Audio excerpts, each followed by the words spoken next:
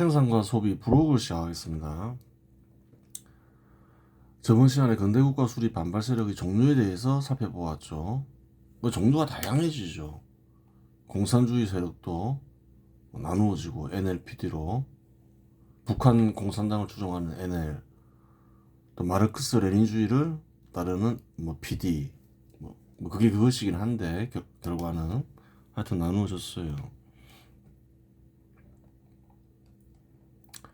그래요. 또 그 사람들이 한 활동도 살펴보았죠. NL은 주로 이제 반미 운동을 하고, 이제 PD 계열은 그래요.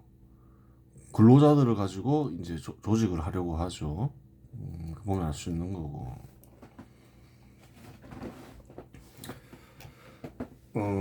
그래요. 그 반전두환 세력에는 공산주의 세력만 있는 게 아니죠. 근대국가 수립 반발 세력에는 고대의 간섭적 생각이 있는 거죠. 고대 국가를 유지하는 그런 생각들이 면면이 내려오죠. 면면이 내려오면서 근대국가 수립을 반대하는 세력이 있는 거예요. 농업을 중시하고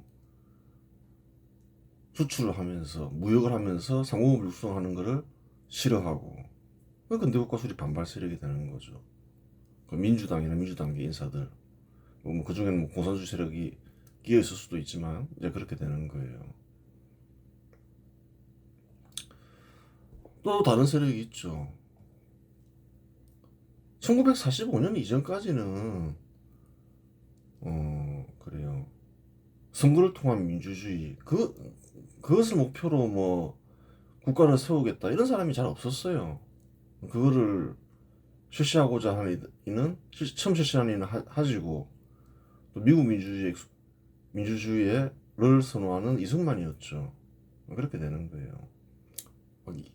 이래저래 막 결합하죠. 민주주의도 공산주의와 결합할 수도 있고 근대 국가 수립 세력과 결합할 수도 있고 그런 거예요. 그래요. 이러한 민주주의에 대한 열망은 원래부터 있는 건 아니고 1946년 이후에 이제 생겨난 것이죠. 국민들 사이에서 선거를 치르고 민주주의를 가르쳐 주면서 그렇게 된 거예요. 이제 반발 세력들이 이제 행동으로 옮기겠죠. 이제 임기가 다 끝나가니까 전두환이 그래 한번 보겠습니다. 전두환 정부 시기는 박정희 정부 시기와 마찬가지로 수천 년 만에 찾아온 한국의 번영기였다. 그걸 알아야 되는 거예요. 사람들이 잘 모르는 거예요.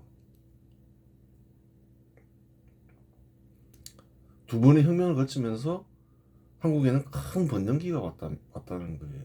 그 얘기했죠. 진짜 혁명을 겪었는데도 혁명을 못 알아보고 엉뚱한 곳에서 혁명을 찾는다 사람들이. 진짜 혁명이라는 거예요. 가짜 혁명이 아니라. 한국의 수천 년 만에 찾아온 번영이 그냥 생긴 게 아니라는 거예요. 그것도 빠른 속도로. 역사적 기여가 굉장히 큰 거죠, 사실은. 군사정부가. 사람들이 모르는 거예요. 엉뚱한 짓이나 하고 있는 거죠. 번영기라고 하여 다 같은 번영기가 아니다. 근대 국가가 수립된 곳에서는 어느 곳이나 번영기가 있었기 마련이지만 경제 성장률은 기껏해야 6에서 10%밖에 되지 않았다. 보통은 그랬다는 거예요. 어느 나라나 다. 근데 한국은 달랐다는 거예요. 하지만 한국은 번영기 때 평균 10% 이상의 성장을 했다. 기업에 대한 투자는 폭발적으로 증가했고 일자리는 대량으로 쏟아졌다. 무슨 일을 하건 소득은 5년이 지나면 두 배가 되니 실업에 대한 걱정이 없었다. 그 사람들이 현재 한국의 좌파 인사들이 하는 게 사실로 생각하는데 그게 아니라는 거예요. 근로자가 희생해서 근대 국가 수립되다 맞냐는 거예요. 틀린 말이라는 거예요. 그때는 근로자들도 매년 10%씩 10% 이상 임금이 상승했다는 거예요. 큰 수혜를 누렸죠. 그렇다 해서 물가가 폭등했던 것도 아니라는 거예요. 전두환한테 물가가 안정됐다고 하죠. 굉장히 살기가 좋았던 거죠. 또 다른 거짓말은 뭔가요? 근대국가 수립해서 농촌이 희생해서 근대국가가 수립됐다. 그런 거 없다는 거예요. 근대국가가 수립되기 전에 농촌이 얼마나 가난했는, 농민이 제일 가난했잖아요. 굶어 죽고 수탈당하고. 근데 그런 농민이 어디 있어요 지금 한국에? 근대국가가 수립되면서 좋아진 거지. 다 거짓말이라는 거예요. 날조된 역사를 가르치려고 하는 거죠. 자기들 세력으로 만들려고. 그래요. 무엇이든 기회가 왔을 때 열심히 일을 해야 부자가 되는 법이며 이러한 사실은 본능적으로 누구나 다 안다. 직장에서 사회활동을 하는 이들은 전두환 정부에 불만이 있더라도 반정부 투쟁을 벌일 겨를이 없었다. 기회가 왔을 때 빨리 재산을 불려 부자가 되는 일이 중요했기 때문이다. 이 시기에는 주로 학생들 중심으로 했다는 거예요. 다 사회생활을 열심히 했다는 거예요. 불만이 전혀 없지는 않았겠지만, 아니 뭘 해도 재산이 불어나는데 그 시기에는 소득이 팍팍 증가하고, 특별히 반정부 시위까지 해가면서 반정부 할 사람들은 특별히 많지 않았다는 거예요. 민주당 열렬 지지자 외에는 주로 학생들이 한 거죠. 그러니까 그 당시에는 학생들이 좋았죠. 좋았어요. 학생들 역시 걱정이 없었다. 장래에 대한 걱정이 없었죠. 그때는 대학을 졸업하면 대기업에 취업하는 일은 확정된 사실이었으면 집안 형편이 어려워 대학 진학이 어려운 이들도 대기업에 쉽게 취업할 수 있는 시기였다. 그 당시에는 고등학교 졸업하고 바로 대기업에 취업하는 경우도 많았어요. 상고나 공고 나오고 이래도 공고 나와서 대기업에 취업하는 경우도 많았죠. 꼭 대학을 나와야지 대기업에 취업할 수 있는 것도 아니었다는 거예요. 그래요. 대학 나오면 그냥 취업되는 시기였다는 거예요. 현 시대에서 대기업은 필요한 사람이 있을 때 사람을 뽑는 수시 채용 방식을 선택하고 있지만 그 전두환 시기에는 정기적으로 공채를 통해 대량으로 사원을 채용하는 방식을 채택하고 있었다. 이런 방식, 그렇지, 노태우 때까지 좋았다는 거예요. 점점 어려워지는 거죠, 이제 김영삼 집권 이후부터는 정부가 산업 발전에 몰두를 안 하니까 그걸 알아야 되는 거예요. 사실은 한국의 과업을 생각하면 군사 정부가 더 이어졌어야 돼요. 노태우에서 끝나면 안 되고 최소한 10년 이상. 그랬으면 지금 훨씬 살기가 좋았을 거라는 거예요. 근로자도 그렇고 취업 희망색인 학생들도 그렇고 그걸 모르는 거예요, 사람들이. 나중에 다음에도 또 설명할 기회가 있겠지만 과업이 끝나지가 않았다는 거예요. 모르는 거죠, 사람들이. 물론 대기업이라고 하여 다 같은 소득을 보장하는 것은 아니니 경쟁이 전혀 없었던 것은 아니지만 취업 자체는 보장이 되어 있던 시기였다. 취업하지 못하면 어떤가? 몇 년 상점 점원으로 일하며 재산을 모은 뒤 상점을 차려 일하며 웬만한 직장인보다 더 큰 소득을 얻는 시기가 전두환 시절이었다. 그랬다는 거예요. 소위 한국에서 전설로만 내려오는 태평성대를 전두환 달성했던 것이다.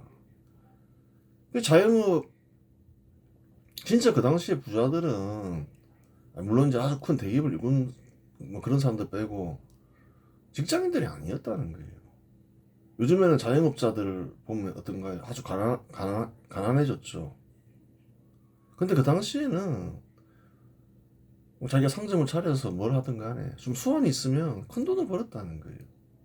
그 사람들이 그 잘 모르는 거예요. 지금은 예를 들어서 서울의 동대문시장 가면 다 불 꺼져 있잖아요. 1층이나 할까. 과거에는 거기에서 일하면 그 당시에 한 1,000만 원씩 벌었다는 거예요. 월급 한 100만 원, 200만 원 할 때. 그런 시절이 있었다는 거예요. 근로자도 살기 좋았고 매년 10%씩 임금이 증가하니까 그럼 뭐 희생 같은 게 어디 있었어요. 좋은 시절이었지. 그런 시절을 가리켜서 뭐라고 하나요? 태평성대라고 하는 거예요. 뭘 해도 살기가 좋았다는 거예요. 뭐 그래도 뭐 망가지는 사람은 있죠. 도박하다가 망가지고 뭐 그런 건 어쩔 수 없는 거고 사기 당하거나 뭐 자기 열심히 살고 그냥 뭐 사기도 뭐 자기 욕망이 있으니까 당하는 거지. 착실하게 살고 그러면 성실하게만 살아도 재산을 제법 모으던 시기였다는 거예요. 이 시기에 살던 사람들이 나이 들어서 대부분 다 우파 인사가 되잖아요. 그 이유가 있는 거예요. 생각을 해보는 거죠. 군사 정부도 겪고 그 이후로 이제 민간 정부도 겪고 그게 맞았구나. 그걸 알기 때문에 또 박정희가 뭐 군사 정부로 하면서 권위주의 했지만 존경하고 그런 거라는 거예요. 뭐 권위주의 해봤자 그 정치하는 집권하기를 원하는 사람들이 괴로운 거지 일반인들하고 상관없는 이야기잖아요. 사실은 국가를 위해서는 또 그런 정치가 맞는 거죠. 민주정치를 실시하면서 그렇게 되면 더 좋은 거죠, 사실. 근데 안 되니까 문제인 거죠. 포퓰리즘이나 하게 되고 국민들 타락시키고 힘들어지는 거예요. 이 태평성대가 도래하면 모든 국민들이 만족할 것 같지만 실제로는 그렇지 않았다. 태평성대가 도래했다. 분명히 태평성대죠. 누군가에게는 괴롭겠지만 사실이었다는 거예요. 아무 걱정 없는 이들은 엉뚱한 생각을 하기 마련이고 당시 학생들 사이에서 유행하던 견해는 이런저런 종류의 공산주의 견해였다. 그 당시 학생들도 굉장히 좋은 정부를 만났다는 거예요. 그런 시절은 향후 청년들이 만나기 어렵다는 거예요. 한국 역사상 가장 수혜를 받은 학생들이라고 보면 되는 거예요. 장래에 대한 걱정이 없잖아요. 그러면 만족할 것 같은가? 아니라는 거예요. 가장 불만이 많았던 세력이 그 당시에 학생들이었죠. 그러한 견해는 산업을 통한 근대국가 수립을 제약시한다. 공산주의가 널리 유포된 거죠. 공산주의는 어떤가요? 이 근대국가를 파괴하기 위해서 생긴 견해라는 거예요. 제약시하겠죠, 근대국가를. 현 시대를 제약시하고. 전혀 사실과 다르지만 그러한 견해는 근대국가를 수립하여 발전하면 신분제도가 형성되고 경제적 불평등이 심화되며 근로자는 착취당하여 절대 빈곤에 시달리다가 빈민으로 전락하는 것처럼 말한다. 근대국가가 수립되면 계급이 생기고 신분이 생기고 경제적 불평등이 생기고 막 빈곤에 시달린다. 대부분 사람들. 뭐 사실이냐는 거예요. 과거의 한국과 지금의 한국을 비교해보라는 거예요. 그런 거 없다는 거예요. 근대국가가 수립되는 조건 중에 하나가 신분제도를 폐지하는 거라는 거예요. 근데 뭐 계급이 생성되니 그 말도 안 되는 틀린 얘기를 한다는 거예요. 경제적 불평등 저번 시간에 살펴보았죠. 산업화 속도가 빠르면 빠를수록 불평등이 약화되죠. 오히려 그 정반대로 얘기하고 있다는 거예요. 그 다 사기라는 거예요. 조금만 확인해보면 다 알 수 있는 건데 통계자료를. 그래요. 마치 근대국가가 수립되기 전에는 신분제도가 없었고 신분이 낮은 이들은 풍요롭게 살았던 것처럼 착각을 일으키게 한다. 그럼 또 어떤 생각이 드나요? 현 시대를 제약시하면 과거에는 살기 좋았다 이렇게 생각하는 사람들도 생긴다는 거예요. 농업을 중시하는 공산주의자들도 많다는 거예요. 한국에는 소나 가지고 예전에 한번 살펴봤죠. 그래요. 근대국가에 대한 이해가 없는 거죠. 지식이 없는 거죠. 정확한 지식이 없는 거예요. 역사라도 정확하게 가르치면 직관적으로라도 알 수 있는데 역사도 엉터리로 가르치고 뭐 조선시대가 살기 좋았냐는 거예요. 관리와 양반들은 대부분의 신분 낮은 사람들을 수탈하고 불러다가 패고 돈 내놔라고 그런 사회였는데 가난하고 보릿고개에 시달리다가 굶어 죽고 자녀들은 노비로 팔고 그러니까 엉터리로 역사를 가르치니까 이상한 사람들이 생기는 거예요. 근대 국가에서 근로자는 절대 빈곤 속에 사는 것은 사실일까? 통계자를 보면 정반대이다. 근로자에 단결하라. 뒤집어야 된다. 근대 국가가 생기면서 이제 근로자라는 신분이 생기는 거예요. 그래요. 신분이 평등한 조건에서 신분이 생기는 거죠. 계약을 통해서. 옛날에는 노예였겠죠. 그런 건 없잖아. 그런 게 없어진 게 근대 국가가 수립되면서 없어진 거라는 거예요. 역사적 배경을 모르는 거예요. 아니 근로자가 뭐 근로자의 가구는 주로 사장님 가구잖아요. 아주 잘 사는 사장도 있지만 평균을 내보면 어떨까요? 2024년 보면 근로자 가구 소득이 580만 원, 근로자의 가구가 420만 원이라는 거예요. 물론 아주 성공한 사장은 부자겠지만 대부분 이 평균을 내보면 근로자 가구가 더 잘 살아요. 20년 전에는 달랐냐? 근로자 가구 290만 원, 근로자의 가구가 240만 원이잖아요. 한국 역사에서 보면 사장 가구보다 근로자 가구가 더 잘 살았다는 거예요. 사장 가구가 더 잘 산 적은 거의 없어요.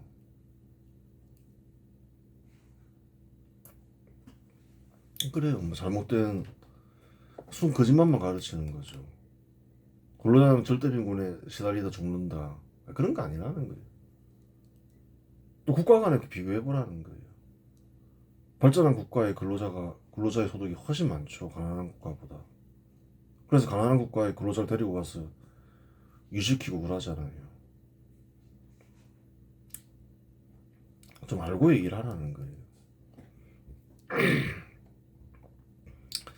근로자의 가구는 재산을 투입하여 사업을 하는 가구이다. 그렇죠. 그러한 가구 중에는 큰 사업체를 운영하여 큰 소득을 얻는 가구도 있지만 평균을 보면 어느 시기에나 근로자 가구보다 소득이 낮다. 대체로 낮아요. 국가의 경제적 위기가 오지 않고 일자리를 구할 수 있는 이상 근로자 가구의 소득은 근로자의 가구의 소득보다 훨씬 안정적임을 확인할 수 있다. 그렇죠. 일자리만 구할 수 있으면 근로자가 괜찮게 산다는 거예요. 근로자 가구 소득이 더 높다는 거예요. 훨씬 안정적이죠. 재산 날릴 이유도 없잖아요. 사장은 재산 날릴 수도 있잖아요. 사업이 안 되면. 그죠? 굉장히 좋은 시대인 거죠. 리스크 없이 풍요롭게 살 수 있는 시대가 근대 국가가 수립된 곳이라는 거예요.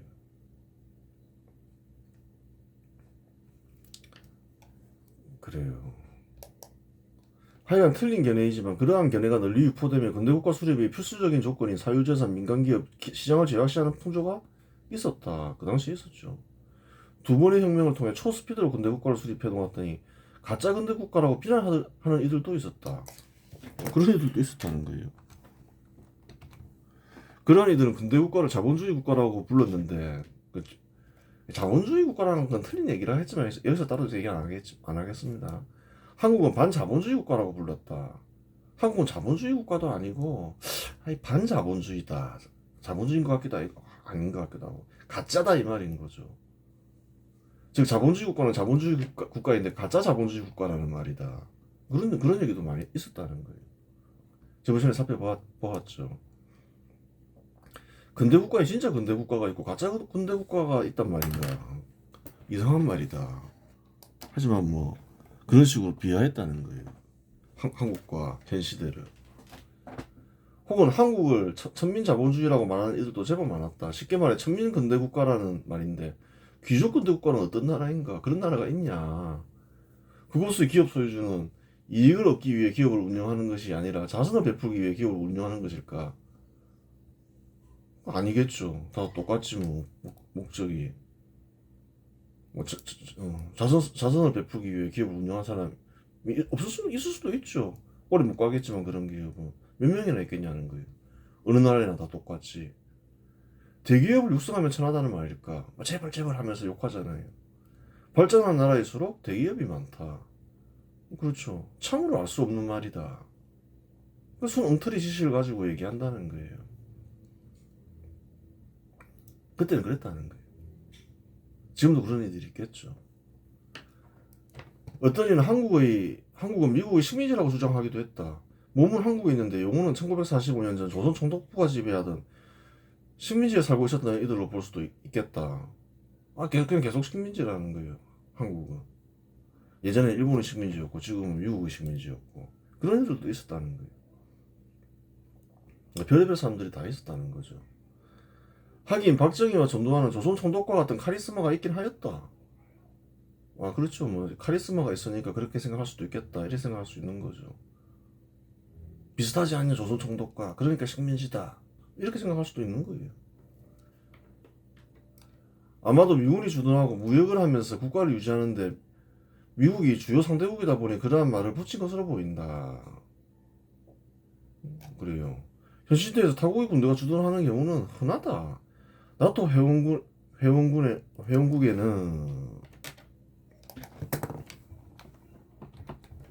타국의 주둔하는 군대가 경우가 많다.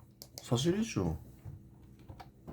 여러 국가의 군대들이 합쳐서 만들다 연합하다 보니까 타국의 군대가 머무는 경우는 많다는 거예요.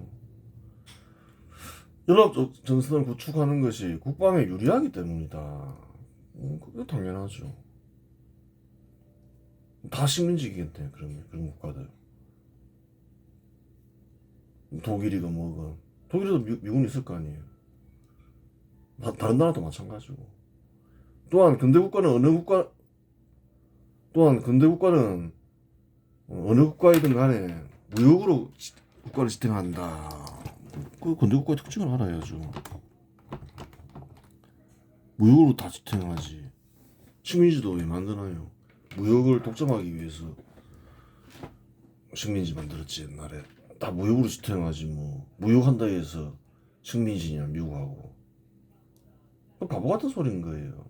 근대 국가가 뭔지를 전혀 이해하지 못하는 거죠.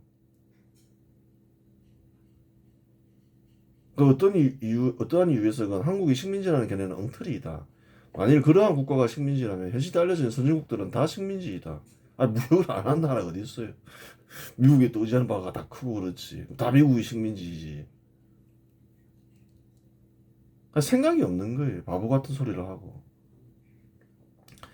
근대 국가 수립을 제약시하는 이들에게 근대 국가 수립에 반발하여 일으킨 광주 사태는 성전이었고 사망한 광주 주민은 순교자였다. 근대 국가를 제약시하는 이들을 보라는 거예요. 그럼 그들 입장에서는 근대 국가 수립이 악이니까 반발하는 사건은 뭐가 되나요? 성전이 되는 거예요. 그래서 희생한 주민은 뭔가요? 순교자가 되는 거예요.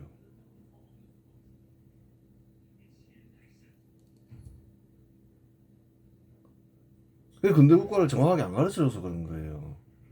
과거와 근대 국가를 비교해보고 어떤 특징이 있는지도 가르쳐줘야 되고. 조선보다 훨씬 낫잖아요. 조선시대로 돌아가고 싶냐는 거예요.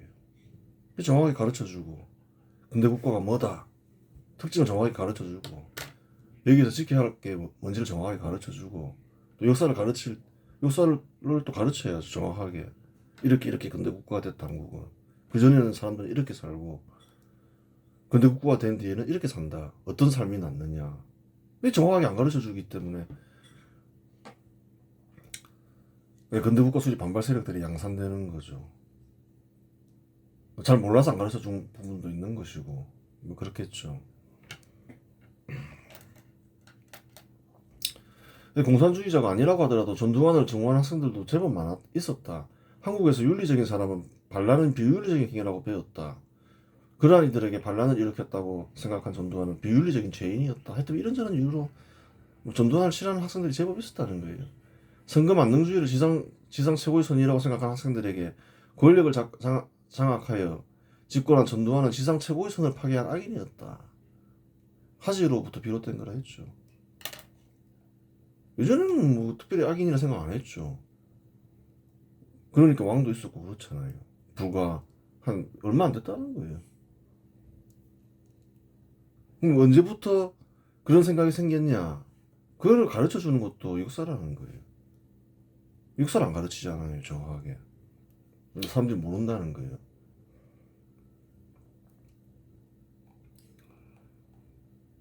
모든 학생은 아니더라도 제법 많은 학생들이 그릇된 견해에 사로잡혀 정신병자가 된 채 거리로 뛰쳐나와 시위 내지 폭동을 일으키기 시작했다. 그렇죠. 정신병인 거죠. 이런 견해에 사로잡혀서 근대 국가 수립에 반발하는 거는 그럼 뭐 어떤 나라를 만들자는 거예요. 또 자기들에게 얼마나 좋냐는 거예요. 이렇게 큰 수혜를 누리는 학생은 향후 나오기 어렵다는 거예요. 학생들은 수천 년 역사에서 가장 큰 수혜를 누린 학생들이라는 거예요. 한국 역사에서 전두환 때문에 감사해야 되는 거죠. 전두환한테. 학생들은 호원철폐, 직선제 개헌을 외쳤다. 하지만 그게 다가 아니었다. 미군 철수, 양키 꼬홈도 구호로 등장했다. 이제 문제가 되는 거죠. 그때 미군 철수, 양키 꼬홈이 있었다는 거예요. 그 말은 뭔가요? 공산주의 세력이 있다 이 말이 되는 거죠. 주도했을 수도 있고 주도했을 가능성이 크죠. 유행이 뒤떨어지는 임의 행진곡을 합창하여 불렀다. 거리는 고성방가로 넘쳐났다. 거리에서 경찰과 대치하며 파이프를 휘두르고 화염병을 던졌다. 경찰 역시 체류탄을 쏘며 시위대를 해산시켰다. 계엄령을 선포하여 단번에 진압할 수도 있었지만 전두환은 계엄령을 선포하지 않고 경찰로만 학생들을 상대하겠다 그랬다는 거예요. 계엄령 선포 안 했다는 거예요. 아니 거리로 뛰쳐나올 때 그냥 계엄령 선포해버리면 끝나잖아요. 전두환은 그때 이미 군은 자기의 소임을 다했다고 판단하며 민주정치를 실시해야 할 때가 도래했다고 판단한 것 같다. 군으로 대응 안 한 이유를 알아라는 거예요. 1987년 1월 14일 서울대생 박종철이 서울 용산구 남영동 대공분실에서 사망하는 사건이 있었다. 정부는 책상을 툭 쳤더니 죽었다고 발표했다. 그런 발표가 있었다는 거예요. 머리통을 친 것 같긴 하다마는 하여튼 뭐 이렇게 발표를 했겠죠. 정확한 사연은 밝혀지지 않았지만 지식사 가능성이 있다는 의견이 있었다. 그래요. 자극하기 위해서 그런 말을 해서 가능성이 크죠. 하여튼 뭐 어떻게 죽었는지 알 수는 없어요. 고문이 있었을 수 있긴 한데 그러면 고문은 그냥 하는 것이 아니다. 있었을 수도 있고 없었을 수도 있고 목적 없는 고문 같은 것은 없다. 그냥 한 대 쳤는데 야 불어 이러면서 한 대 쳤는데 뭐 그것도 뭐 고문이랑 고문일 수 있죠.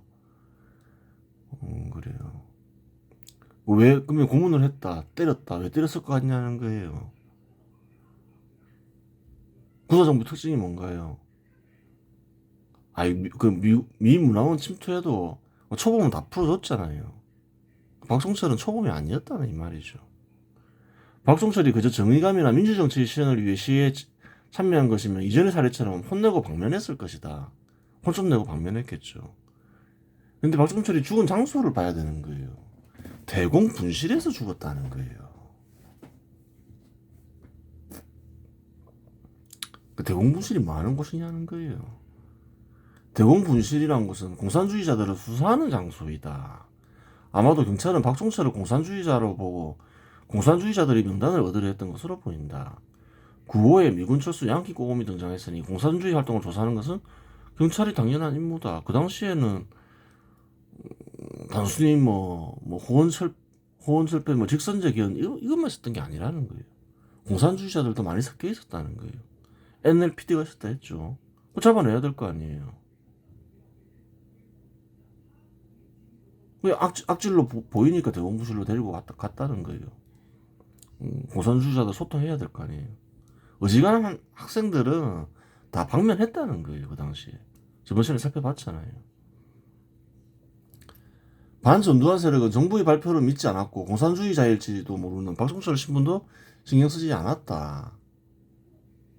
그 반전두환 세력은 뭐 공산주의자이건 뭐건 뭐 신경 안 썼다는 거예요. 2월에서 4월 민주당계 정치인이나 반정두환 시민단체들도 시위에 참여했다. 그랬죠. 서로가 어떤 생각을 지냈든지 그들에게 아무것도 중요하지 않았다. 그들에게는 뭐 전두환만 상대할 수 있으면 다 손잡겠다 이거였죠. 그들에게 전두환은 단독으로 상대할 수 없는 대마왕이었던 것이다. 대마왕이었던 것이다. 그렇죠. 전두환만 쓰러뜨릴 수 있으면 누구와도 힘을 합쳐야 된다 이런 생각했죠. 대마왕을 처단하기 위해서는 모두 힘을 합쳐야 했다.